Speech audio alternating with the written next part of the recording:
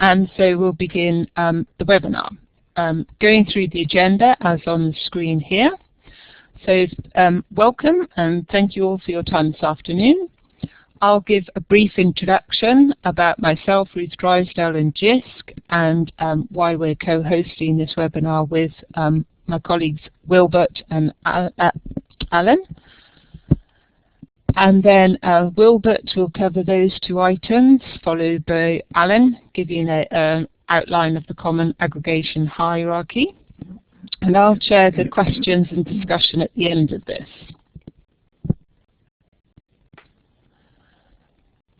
So, Head-Up Subject Coding Project is a topic which aligns very well with the work that Jisc has been carrying out with the sector on course data and in its use to support student experience and business intelligence. So I've got a couple of slides now about each of those areas. So as some of you might remember, between 2010 and 2013, March 13, Jisc ran a program, a very large program by our standards, on course information and course management. And one of the first things we did in that program was commission HECOS to Andy Yule at HECOS to write a short report, about 10 pages, on the definition of course. Because whilst it's a very common term in the sector, it's also got a fair number of different interpretations of what people mean by a course. And so Andy went around and talked to various people within the sector to understand all the different definitions and purposes of using the term course. And so you can look that up on clicking the link. It'll take you to the report, or you can Google it and find it. So that was one of the starting points for the bigger program about course information. And the main key outputs from that program was an online resource, an info kit called Managing Course Information. And there you can find lots of information about what the 64 institutions that took part in that, the second stage of that program, what they found out about how effective their systems and technology was for managing course information. And that was very much an early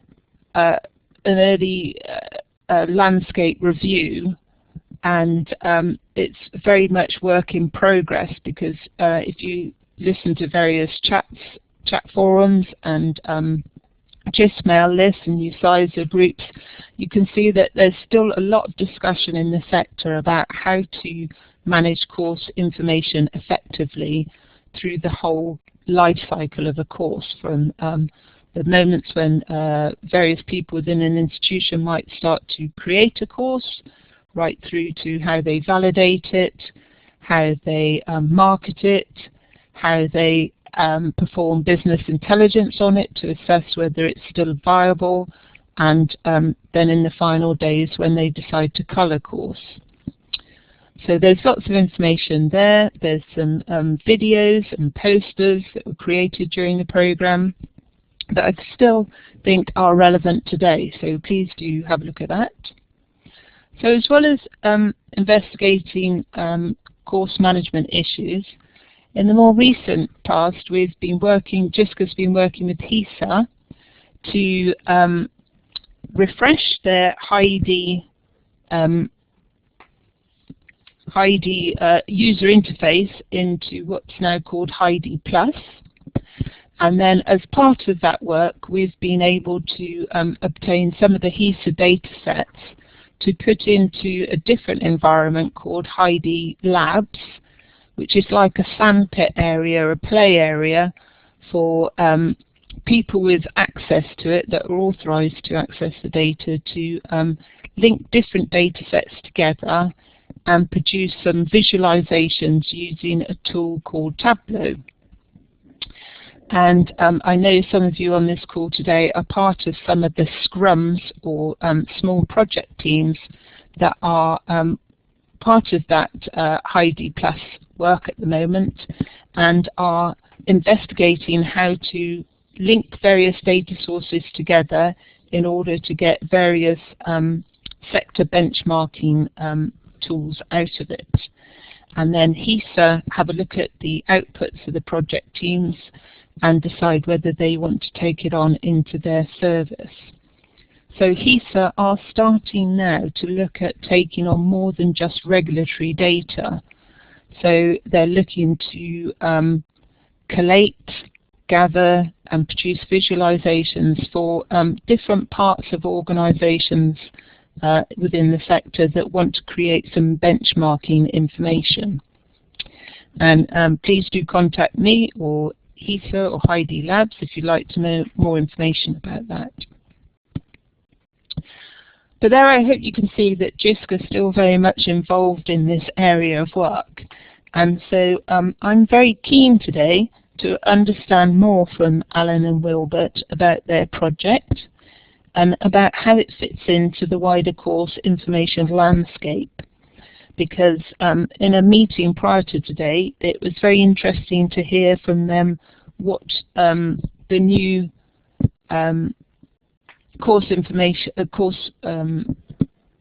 subject system will be, but also what it won't be, because I think that's really important to understand what bits, where it fits in and what it will do, but also what it won't be appropriate to use it for. So without any further ado, I'd like to hand over to Wilbert, and I'll be monitoring the chat box and looking out for people putting up hands if you want to ask questions. Okay, thank you. So over to Wilbert. Okay, thank you, Ruth. Right, so my name is Wilbert Cram, and I work with CETUS, and together with my colleague Alan Paul from APS Limited, we've been doing the subject, or we've been commissioned by the HEDIP program to develop a new subject coding system, and that's basically what we're here to talk about today. But before I go on about the details of that, just a brief recap of where HEDIP came from and what it was intended to achieve. So it comes out of a 2011 HE white paper from BIS, and that is to redesign the information landscape to create a new system that meets the needs of a wider group of users, reduces duplication, and results in timelier and more relevant data. So basically to streamline the way that data is gathered and exchanged across higher education in this country. So that resulted in a report in 2012, and the recommendations of that, or among the recommendations of that, was to establish collective oversight of the information landscape, so to try and rationalize how much and when, or how much data and when was collected, and to try and coordinate and streamline that as much as possible, to develop a common data language, have an inventory of the data collections, and do some specific data standards work. And it's the last one that the subject coding work is an integral part of. So HEDIP, established in 2013,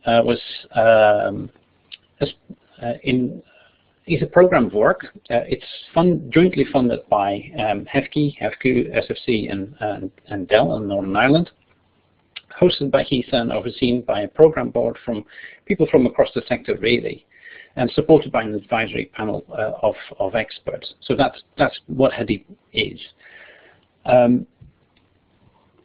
Among the projects are a design for the HE information landscape. There's also been a highly popular program of data capability workshops to help people help themselves manage data better. There's the HE data language project, which is also part of the standardization effort. Subject coding, which is us. An exploration of the use of the universal learning, the ULN in HE, and a review of the data inventory, and a review of the data collection. So that's the whole scope of what HEDIP has been doing.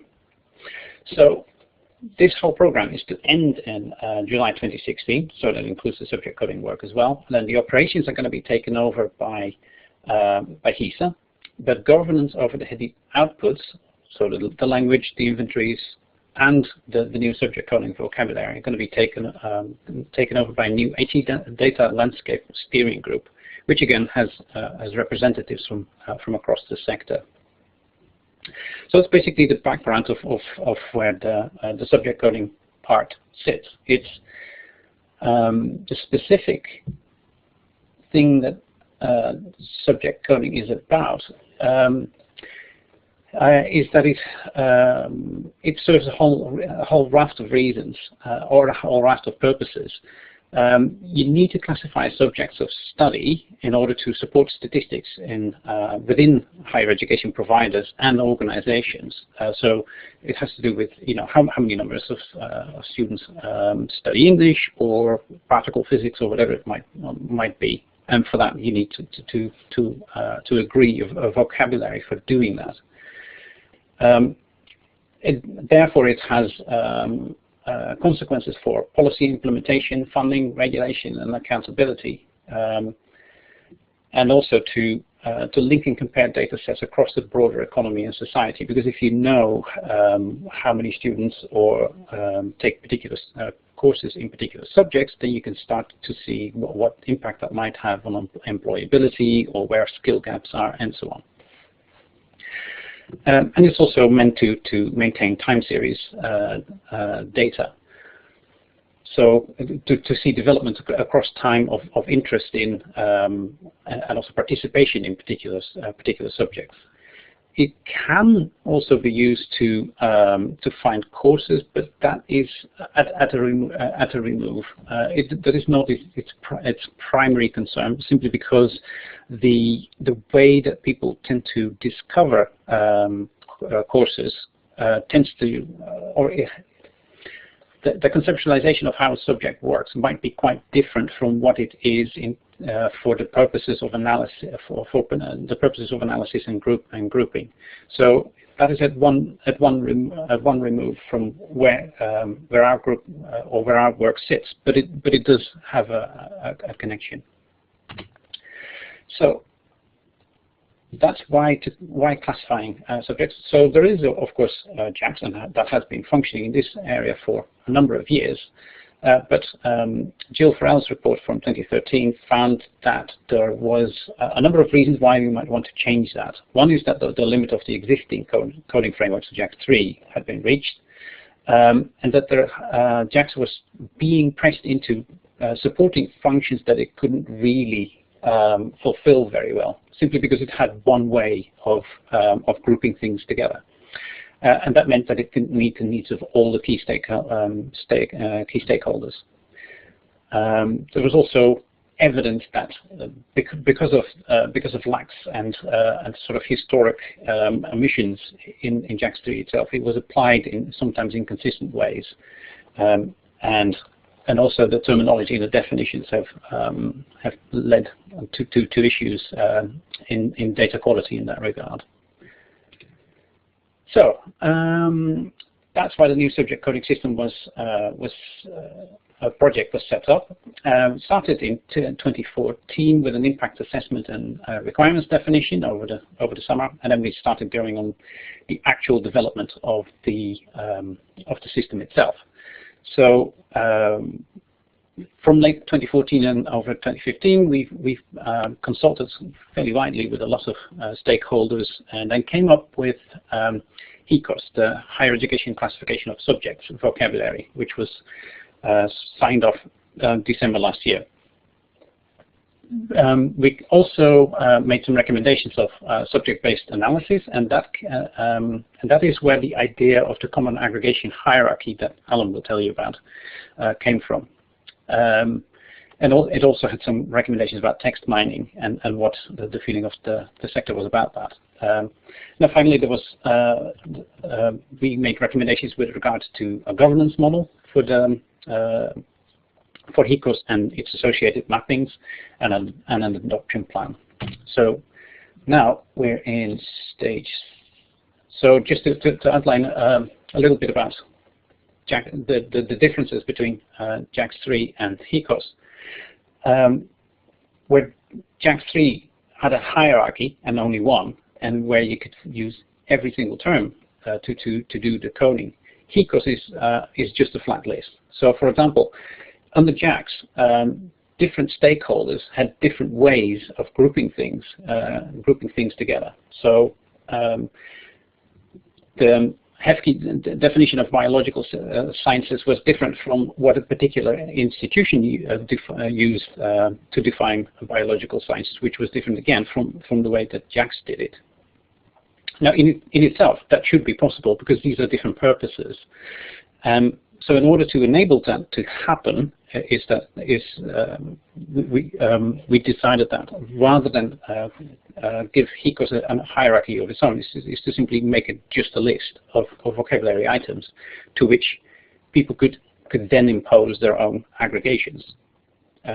However, we know that there is even just from a management, data management point of view, there is a desire to keep that the amount of variation in aggregation limited. So that's where the common aggregation hierarchy idea came from. Other differences: JACS3 didn't have any formal term entry criteria, but for HECOS we did. So effectively, what HECOS, the way that we designed HECOS was that to look at existing JACS terms because we needed to provide some continuity, and then look at whether there were valid courses and modules coded with it, whether the definition and scope of that JACS term was sufficiently comprehensive, and whether we could see that people could reliably distinguish between these terms in the HESA data returns. So if there was a lot of confusion about where things would go, then that would be a prime reason to reassess the area and perhaps divide it up in different ways. Or where we could see that there was overloading of a particular JACS3 code in the HESA returns, or too many disparate courses and modules, then we identified clusters of courses and modules that didn't have a single JACS3 code of their own, and then made one up for them. And of course, we also took into consideration suggestion by various subject matter experts. So that's how HECOS came about. Another difference between JACS3 and HECOS is that JACS3 didn't have a formal expansion process, but HECOS does. So there's a basic way in which we propose that the forthcoming steering group for the HE data landscape can govern the accession of new terms to HECOS. So in other words, even though the HECOS as it is now is sort of fixed and delivered, we envisage that it will not stay the same. That we have developed a process for continuously developing and amending it.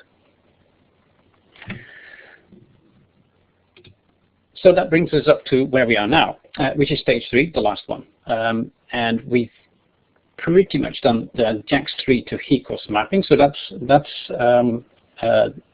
the mapping that is designed to help people take existing data sets that are coded in JACS3 and reclassify them in HECOS. And I'll get into the detail of that a little bit. Then there's a common aggregation hierarchy, which Alan will talk about in a minute. And then what we still have to do is do a mapping from JACS3 subject areas and principal subjects to the common aggregation hierarchy. And we have some specialized aggregations for ATAS and QAA.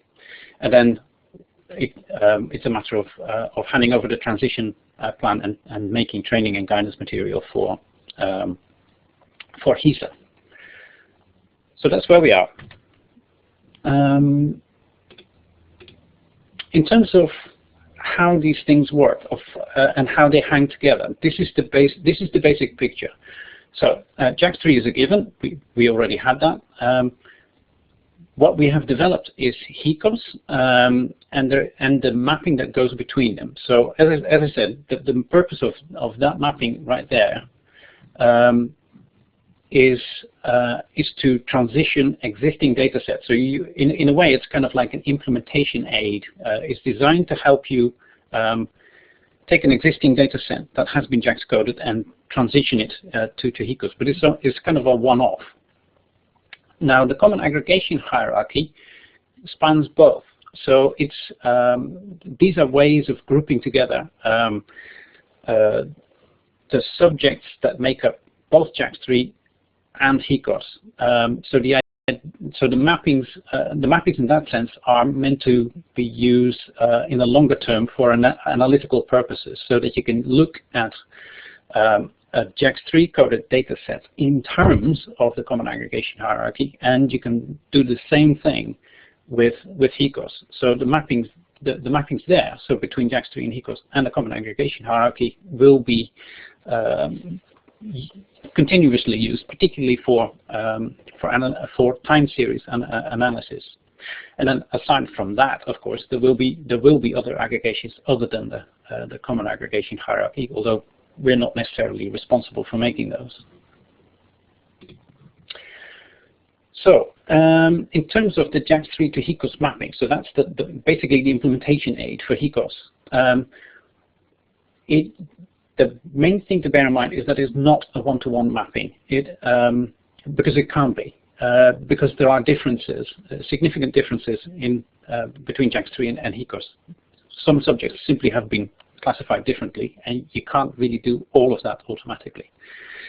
So what we have identified is 4 different levels of what you could call fidelity. So category 1s are very simple one-to-one reliable matches. So in JACS3 you had B343, which is acupuncture, and HECOS also has acupuncture. That's a one-to-one match. They're pretty much the same thing. So if you've got one of those, that's easy to deal with. Then there's category 2, which is one close match, but some alternative matches for some courses and modules. So for example, there's in JACS J120 quarrying, but nothing for mining engineering. We have seen that there are courses and modules mining engineering, so we've made a HECOS term for it. So what may happen is that if you've got a course or module in this area, then what used to be classified as quarrying on the JACS3, you might want to pick mining engineering instead, depending on what the content of the module is or course is like. Then in category 3, there's one imprecise match that works in most cases. So it's still a one-to-one mapping, it's just that it's not quite the same thing. So for example, community psychology maps really only to social psychology in HECOS, but they're not exactly the same thing like acupuncture is in category 1. But in most cases it maps straight across. And then finally in 4, it's basically a choice between a number of imprecise matches.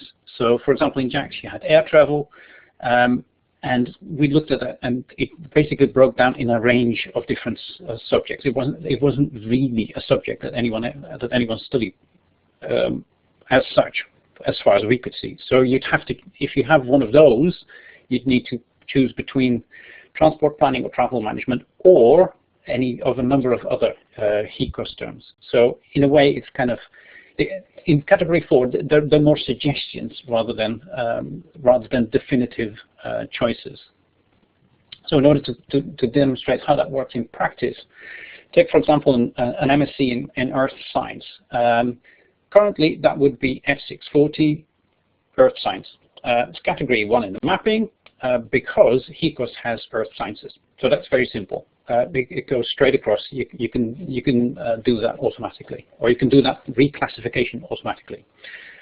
If, however, you have a BA honors in, say, international studies, then currently that would be likely to be JACS L200 politics.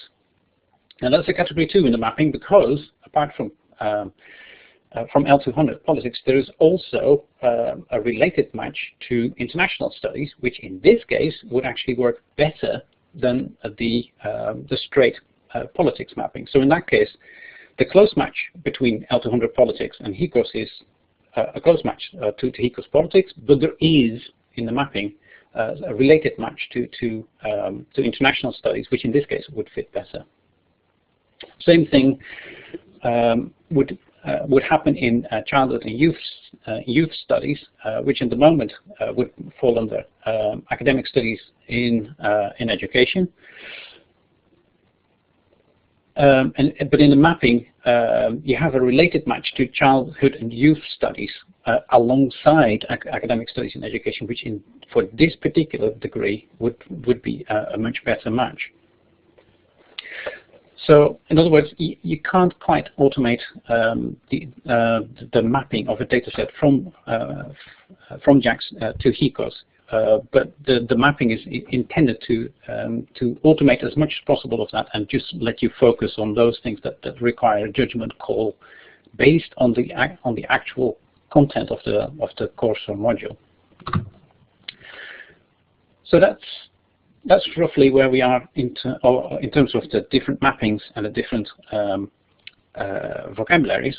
But I'll hand you over to Alan now for the common aggregation hierarchy and how that has been developed and what functions it has. Thanks very much, Robert. I just want to check that people can hear me okay, but if anybody can't, please let me know through the chat and we'll adjust the volumes. My name's Alan Paul. I'm from APS Limited, and I've been working with Wilbert and CETIS colleagues on this project for quite a while now. This section of the webinar is about the draft common aggregation hierarchy. As HECOS, as Wilbert's explained, is a flat list of terms. It's important that we have hierarchies for aggregation of subjects so that we can group records by subject and analyze the data in that way. In JACS, the hierarchy is explicit, at least at principal subject level, i.e.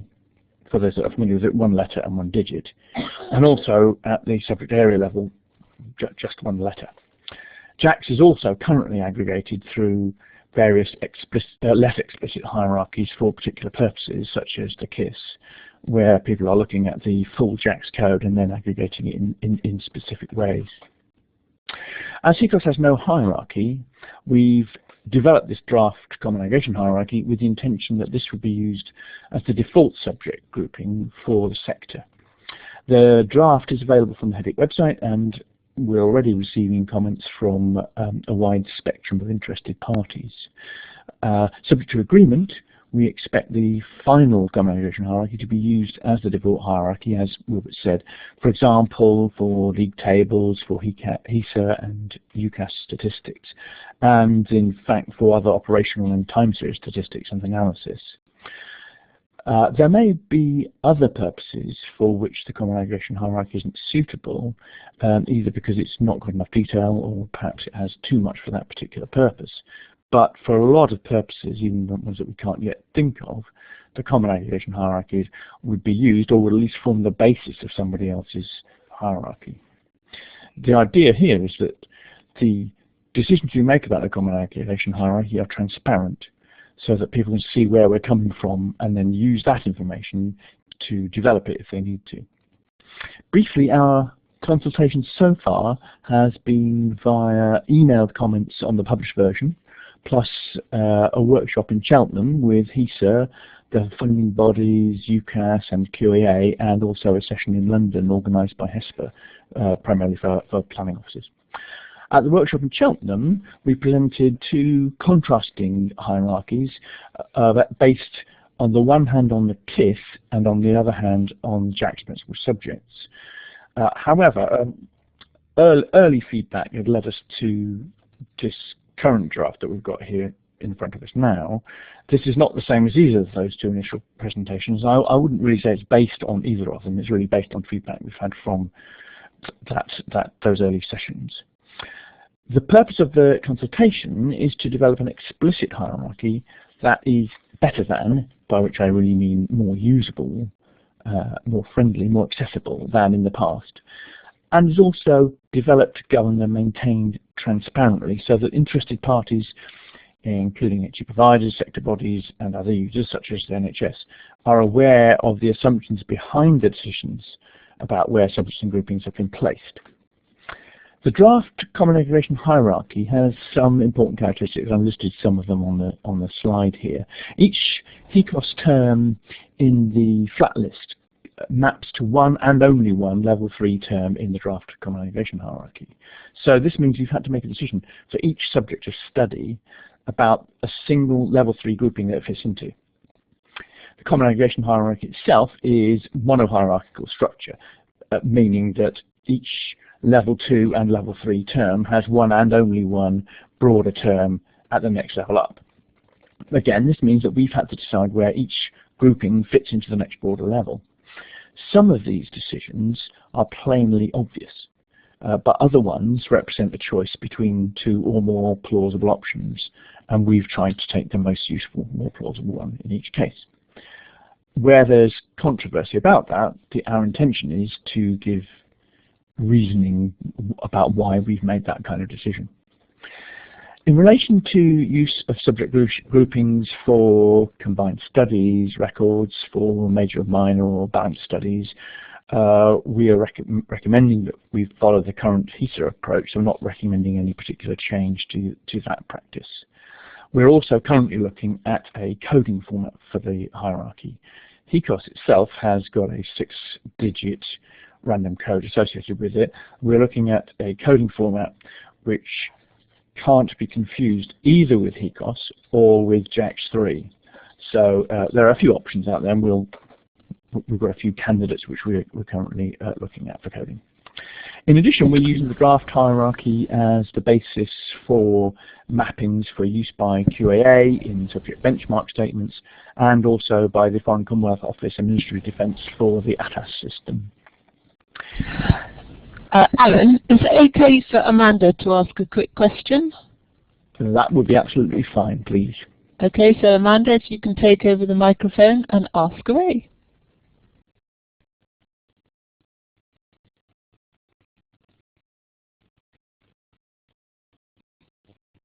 And her question down. Okay, sorry, Alan, please do carry on then. And Amanda, if you'd like to hold your question till the end now, or put your hand up again.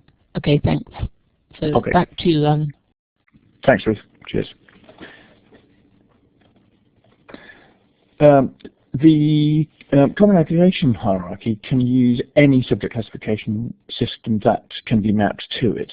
While obviously it's designed for use with HECOS specifically, and this would be the ideal solution. If you have data classified with JACS, you could use a JACS2 common aggregation hierarchy mapping and analyze the data through that particular lens. Also, if you've got other classification systems that you use, you could use that other lens as long as you've got a credible mapping to the common aggregation hierarchy. Then you could compare that map data to the common aggregation hierarchy with data sets coded with HECOS. So you've got a way of doing multiple data sets, multiple classifications. However, if you have HECOS data, then obviously the HECOS to common aggregation hierarchy mapping would be appropriate. And we have that in the draft spreadsheet that is out for consultation now. So you'll find that on one of the tabs in the spreadsheet. We're very conscious that the quality of the release version of the hierarchy will be based on practical usage. So we're working on validation of the system by experimenting with data sets coded in JACS and HECOS. And this will enable us to compare JACS data and HECOS data using their mappings to the draft common aggregation hierarchy, so we can review the differences between those two lenses. There will, of course, be some differences because it's not a one-to-one mapping between HECOS and JACS. Some subjects are obviously therefore slotted into different places in the hierarchy, and there are particular problems with some of the JACS coverage, hence the need for HECOS in the first place. But what you can't do is take JACS coded data, automatically map it to HECOS, and then use the common aggregation hierarchy. This will give invalid results because JACS and HECOS don't map one-to-one to each other, and I'll give some examples slightly later on about that. I'm really making this point to stress that HECOS and the common aggregation hierarchy are in fact two separate components. This is different from JACS, where the classification system contains the hierarchy.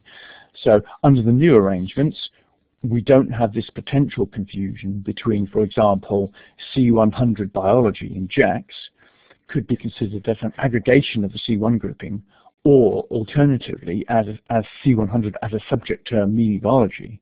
And those two concepts are actually different, but they're sometimes concatenated when you're thinking about the JACS coding. Under HECOS in the Common Aggregation Hierarchy, the HECOS term 100346 biology is an entirely different entity from Common Aggregation Hierarchy Level 3 grouping biology. The hierarchy grouping biology will have an entirely different code from the HECOS one. The numbers at each level of the draft Common Aggregation Hierarchy compare reasonably well with existing classifications. So for example, JACS principal subjects, we have 149 of those. Subject areas, we have 21. The National Student Survey, level 1 is 21 subjects, level 2 is 42, and level 3 is 107. For league tables, we have roughly 55 to 70, depending on the particular table you're dealing with. Number of terms. So they're broadly comparable in terms of granularity. But the granularity of the structure that we've got in the Common Aggregation Hierarchy here, that is also a choice. We could have opted for more detail or for less detail.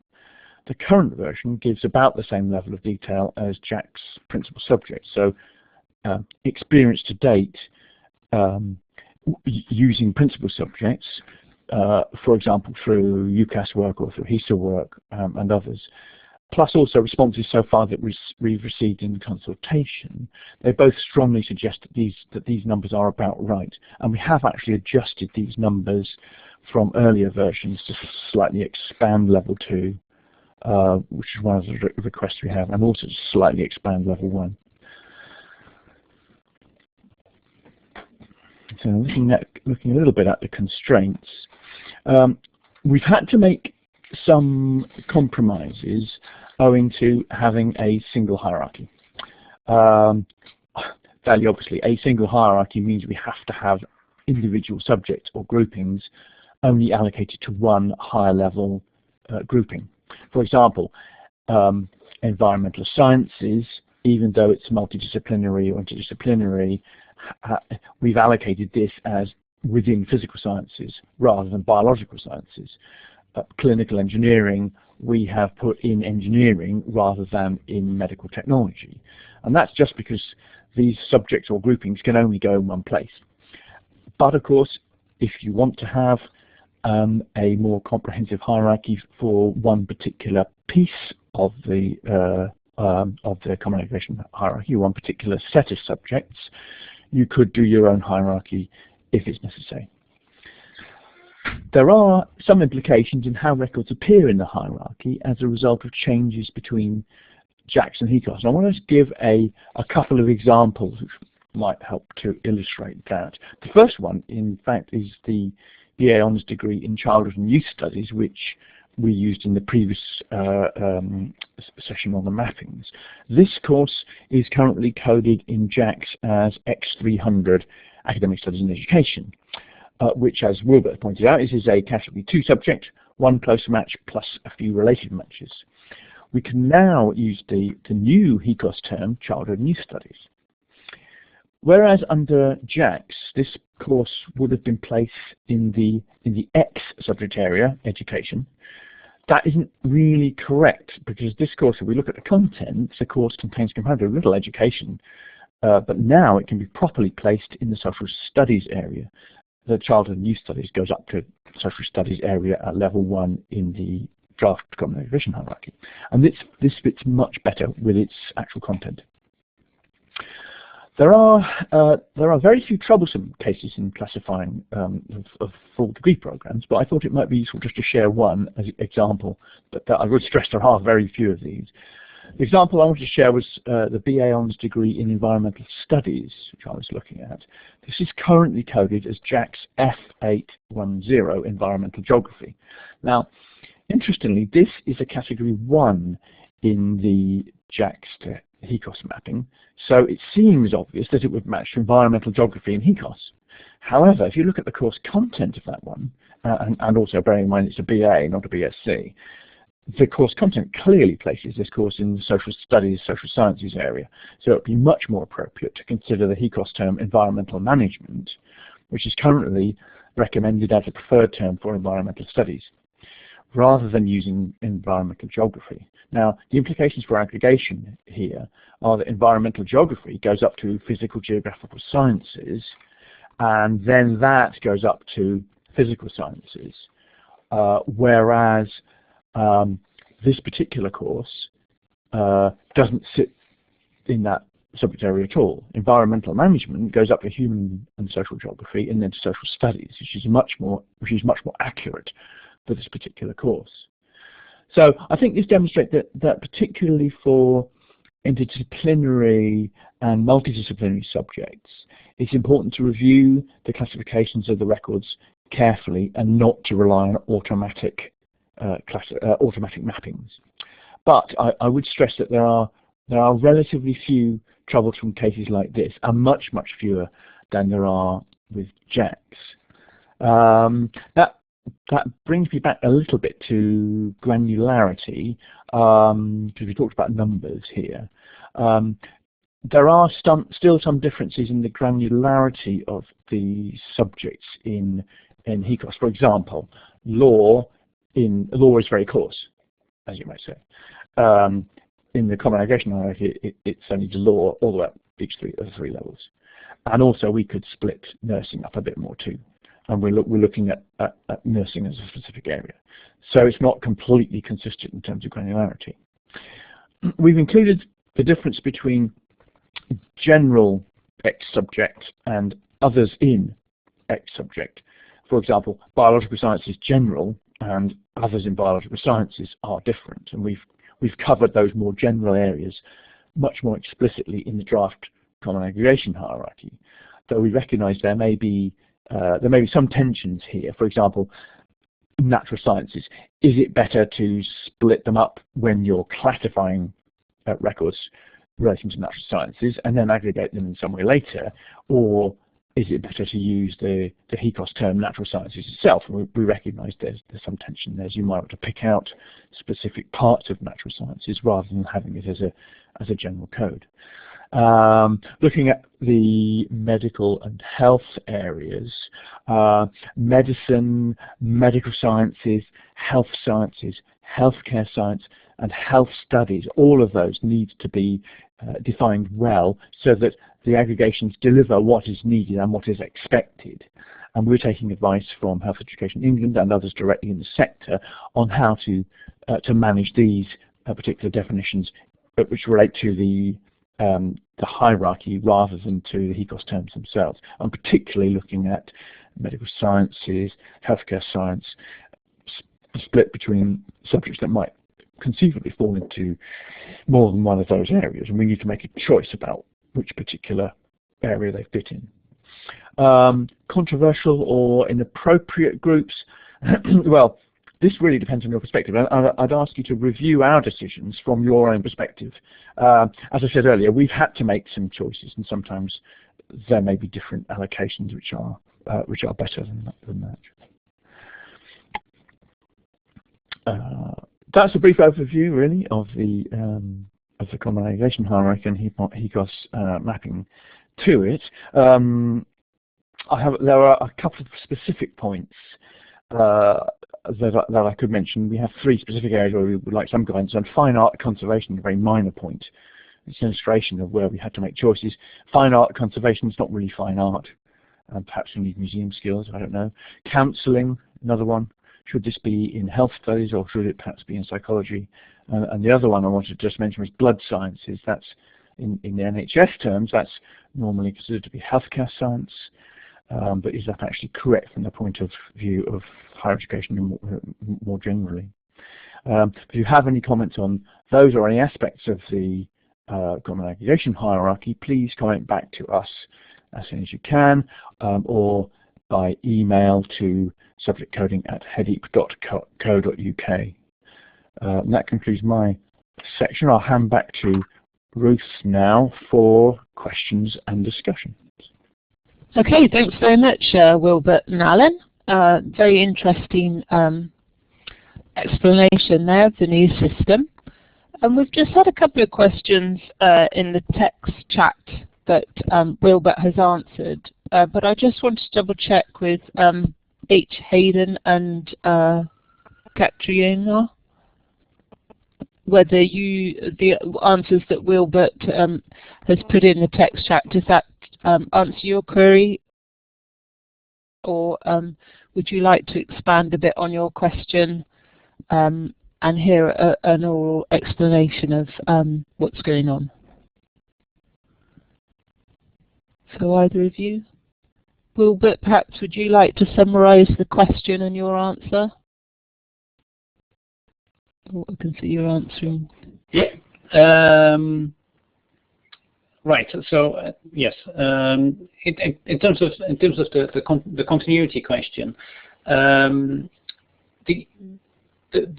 basic structure where we use the common aggregation hierarchy to aggregate either HECOS terms or JACS codes is designed to enable that kind of continuity, but because things or certain courses and modules may drop into different subjects, and then from different subjects into different parts of the common aggregation hierarchy, it is unlikely to be exactly the same. So, for example, some of the examples that we mentioned with regard to childhood and youth studies now falling within the JACS hierarchy within education.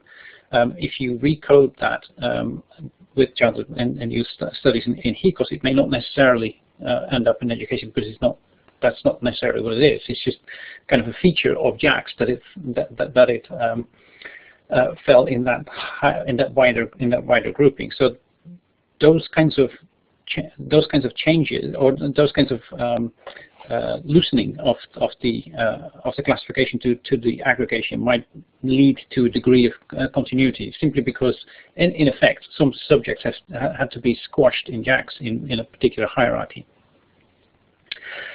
So there's that.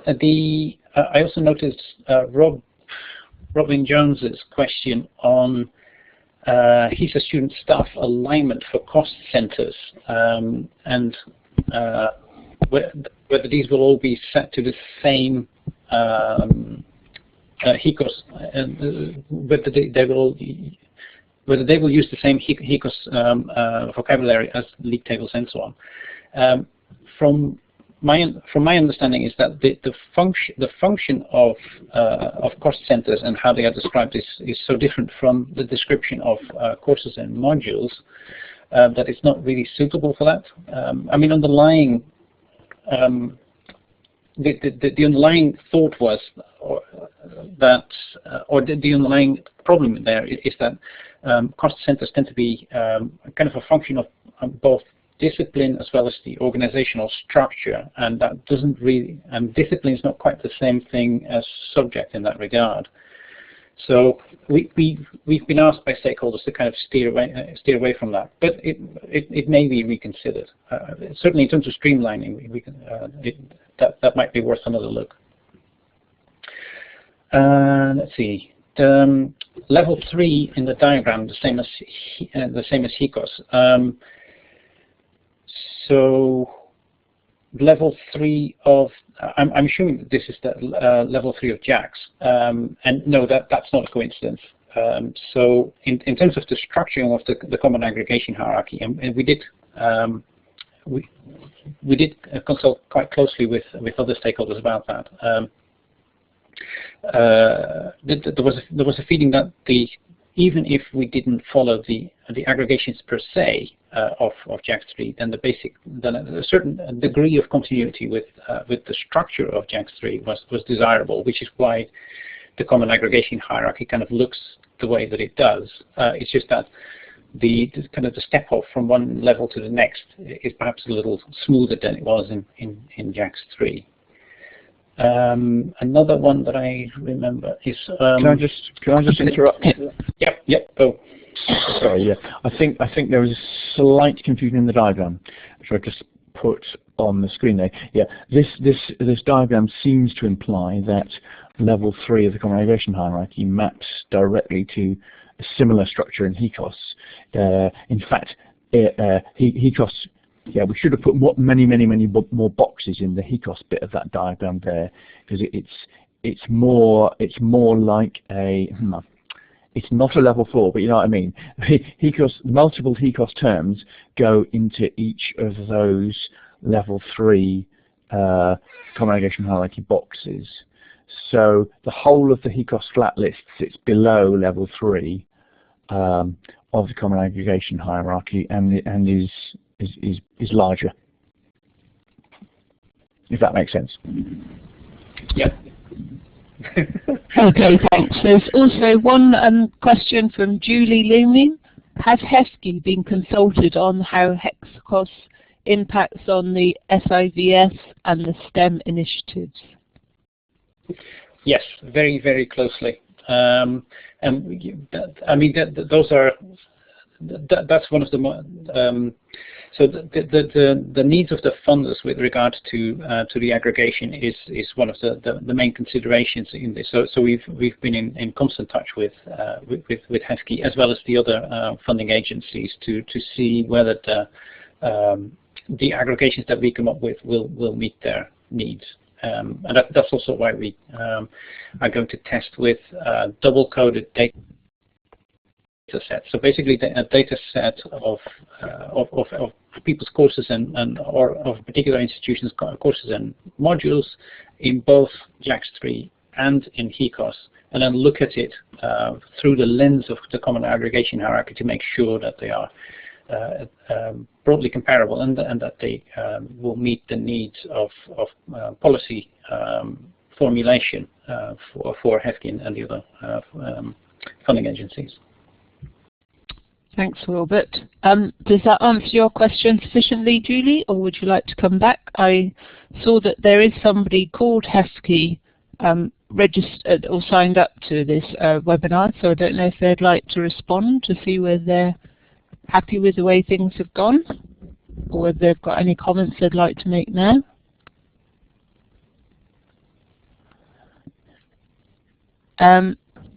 I think following up from Andrew McFarlane's question about was the information available on the website, and Wilbert's helpfully said yes, it's in a spreadsheet. Whether any of you got any thoughts about how you'd like any support or further engagement with this initiative going forward, because as Alan and Wilbert have already mentioned, all of the HEDIT work will be going into HESA, and there'll be a new governance structure set up for this work. So I just wondered, picking up, because I must admit, I think if I was a practitioner, it's very interesting to have this presentation and hear what it's like, but it's not until you actually get to play with something that you find out in a bit more detail what it all really means, and especially in terms of your work.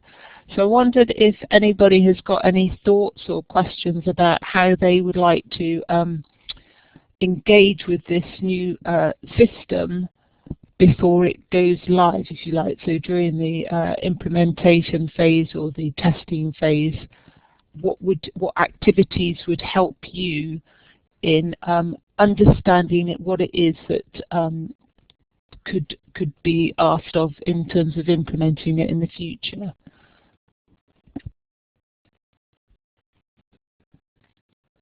So are you all happy to be kept informed and engaged via webinars and online information, or would you like to see sort of active workshops where you're practically working with the data maybe and looking at how you could use it in your institutions?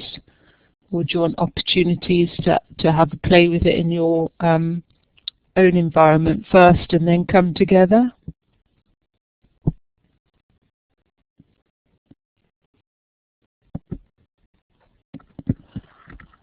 Okay, well I appreciate that it's probably quite a lot for you all to have taken on board in the last hour.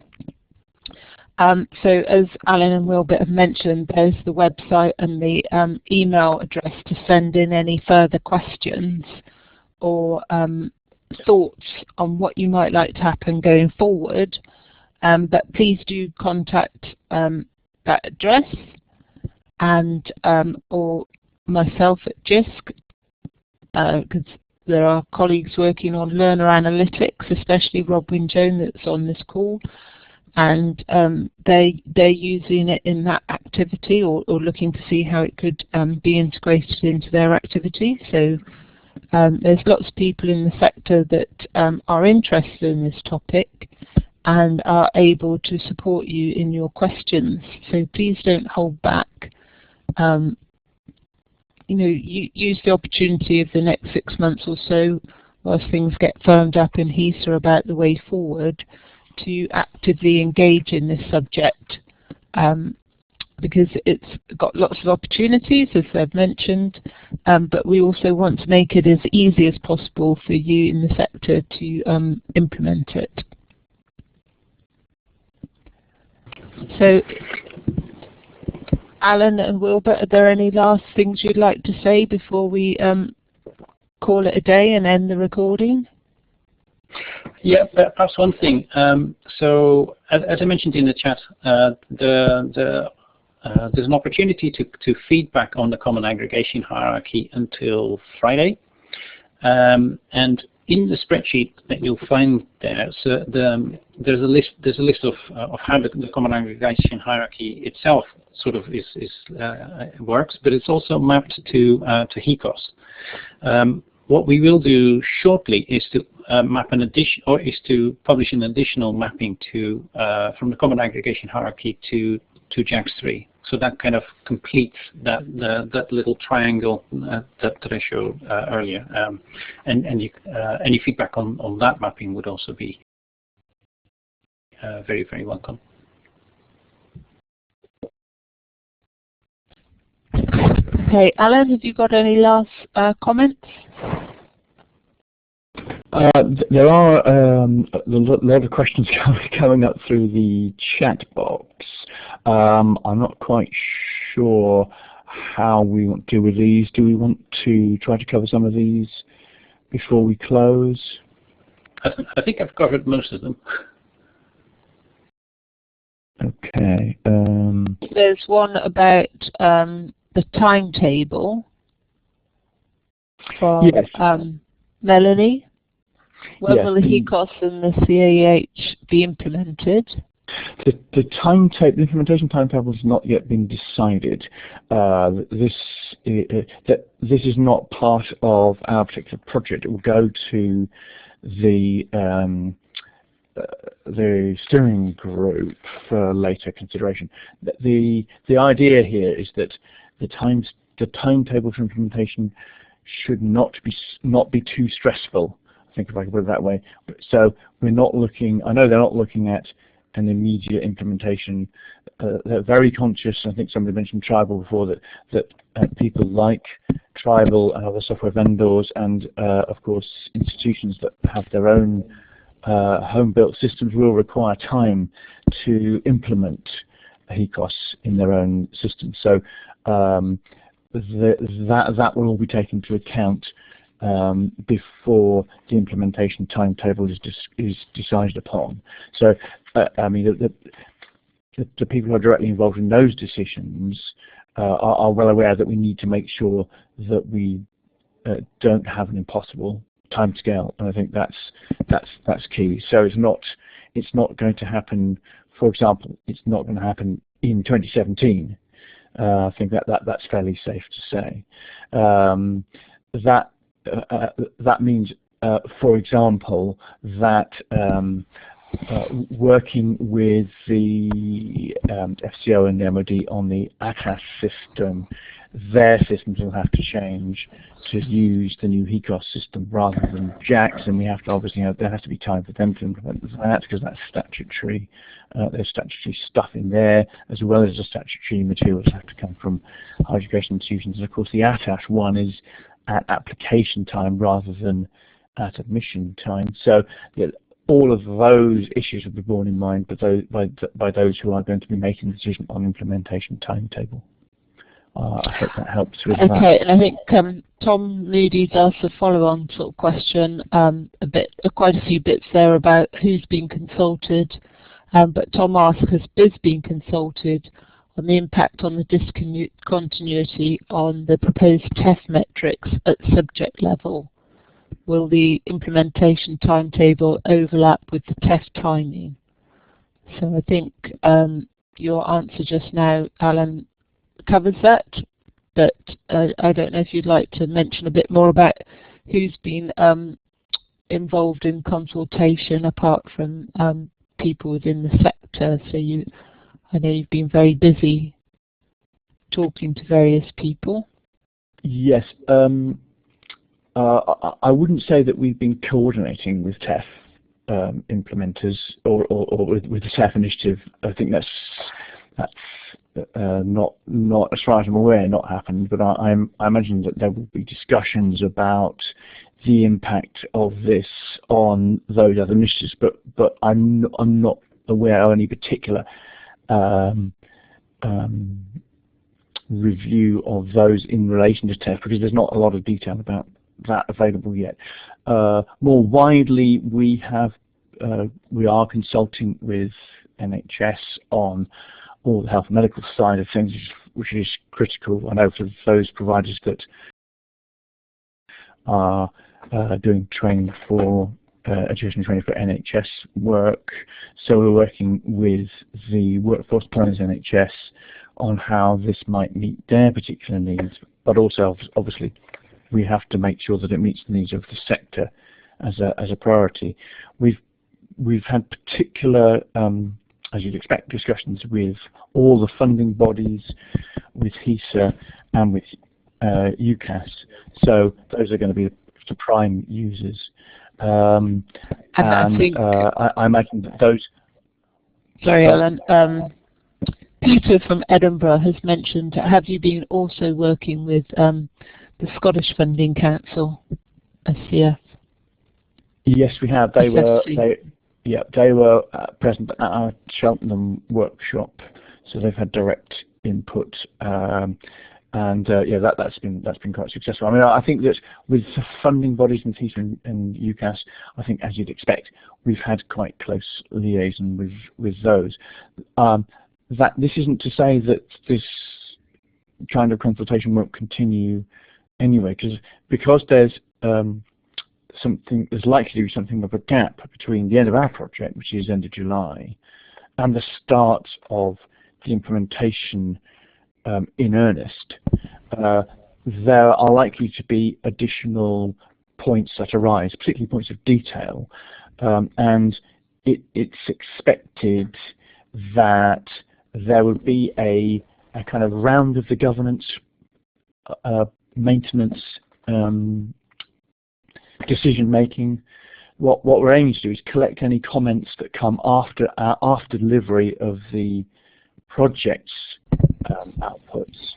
We'll have a method of collecting any comments on HECOS and the Common Aggregation Hierarchy, so that those can be considered prior to the implementation plan coming in.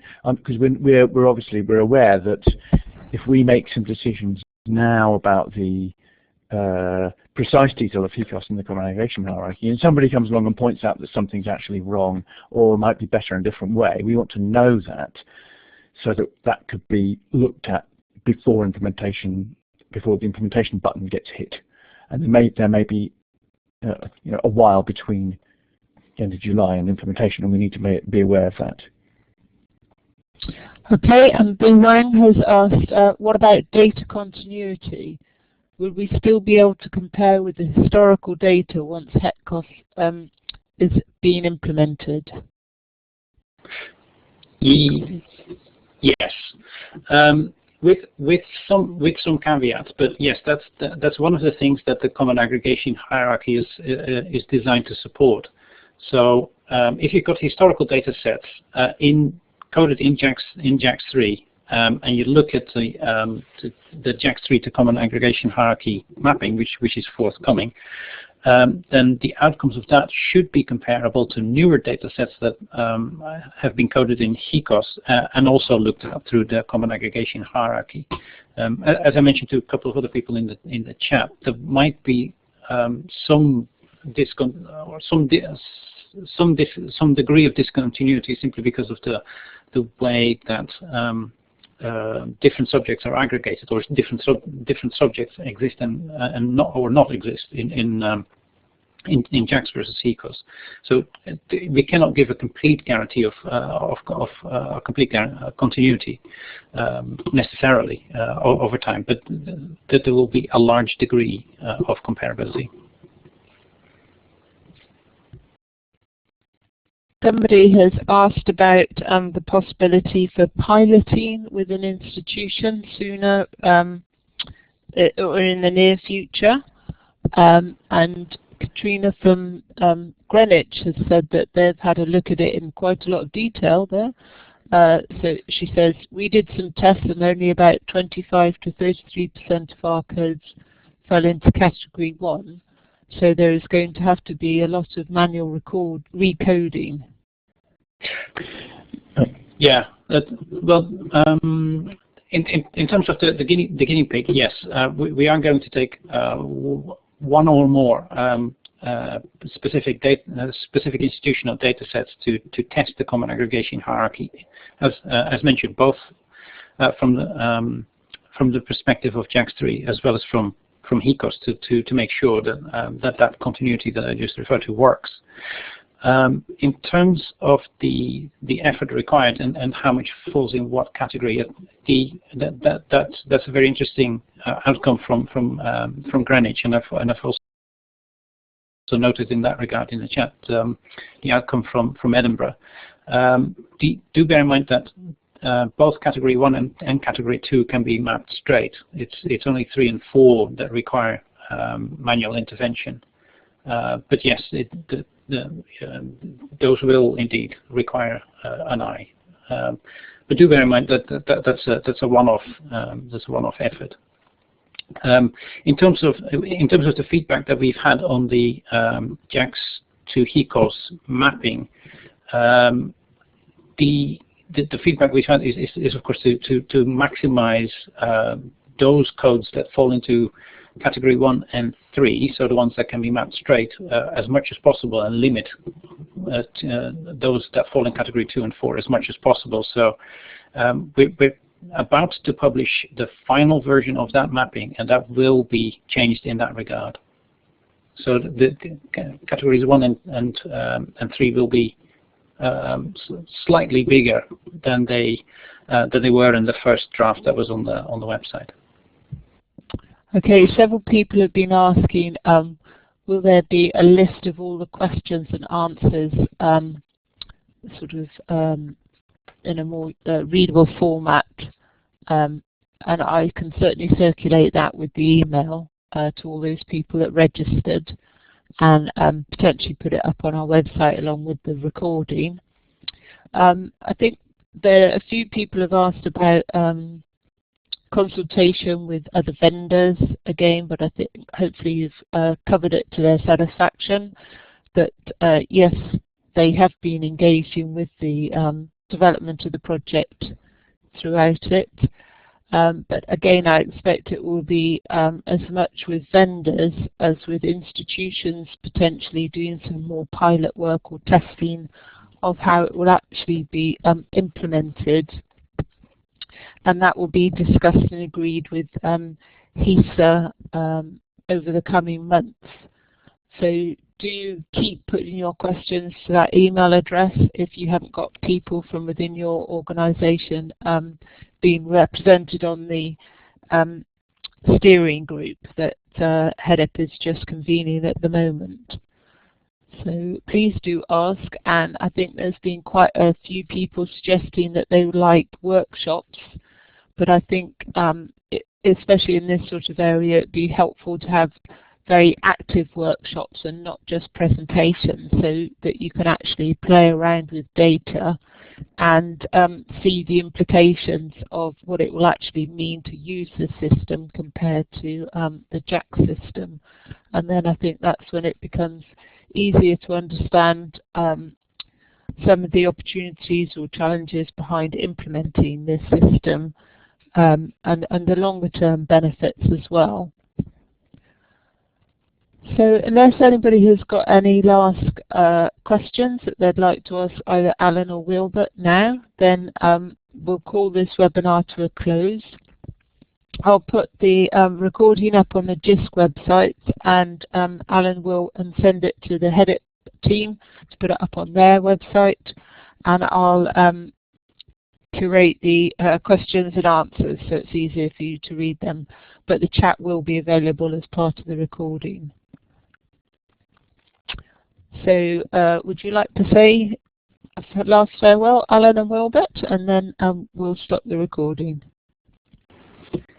Sure. Just to say, well, thank you all for the great feedback and the great questions. I hope that we've been able to address most of them, but we'll definitely take on board some of the ideas and suggestions that you've put forward as well in the remainder of the project. So thank you very much also for joining.